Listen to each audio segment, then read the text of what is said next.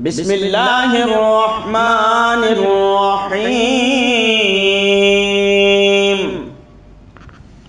لا تنالوا البر حتى تنفقوا مما تحبون وما تنفقوا من شيء فإن الله به عليم. كل الطعام كان حلا لبني إسرائيل إلا ما حرم إسرائيل على نفسه من قبل أن تنزل التوراة. قل فأتوا بالتوراة فاتلوها إن كنتم صادقين. فمن افترى على الله الكذب من بعد ذلك فأولئك هم الظالمون.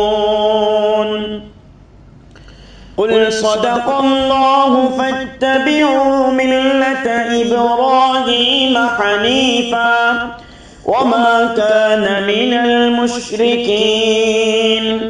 إن أول بيت وضع للناس للذي ببكة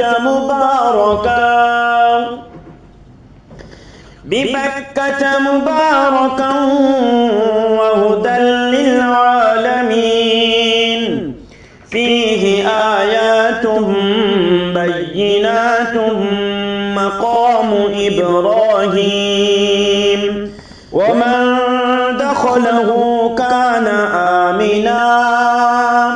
ولله على الناس حج البيت من استطاع إليه سبيلا ومن كفر فإن الله غني عن العالمين. قل يا أهل الكتاب لم تكفرون بآيات الله والله شهيد على ما تعملون. قل يا أهل الكتاب لم تصدون عن سبيل الله من آمن تبغونها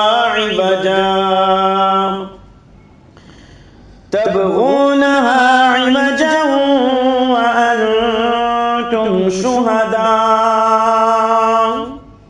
وما الله بغافل عما تعملون. يا أيها الذين آمنوا إن تطيعوا فريقا من الذين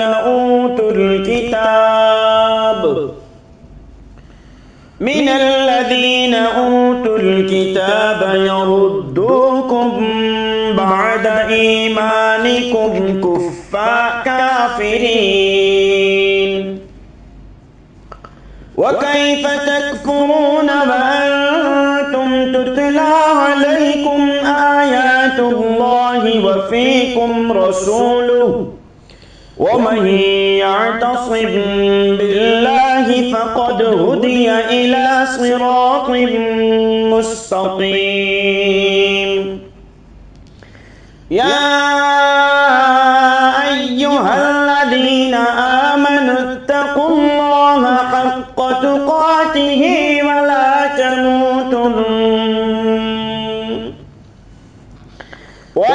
تموتن إلا وأنتم مسلمون. واعتصموا بحبل الله جميعا ولا تفرقوا. واذكروا نعمة الله عليكم إذ كنتم أعداء فألف بين قلوبكم فألف بين قلوبكم فأصبحتم بنعمته إخوانا وكنتم على شفا حفرة من النار فأنقذكم منها كذلك يبين الله لكم آياته لعلكم تهتدون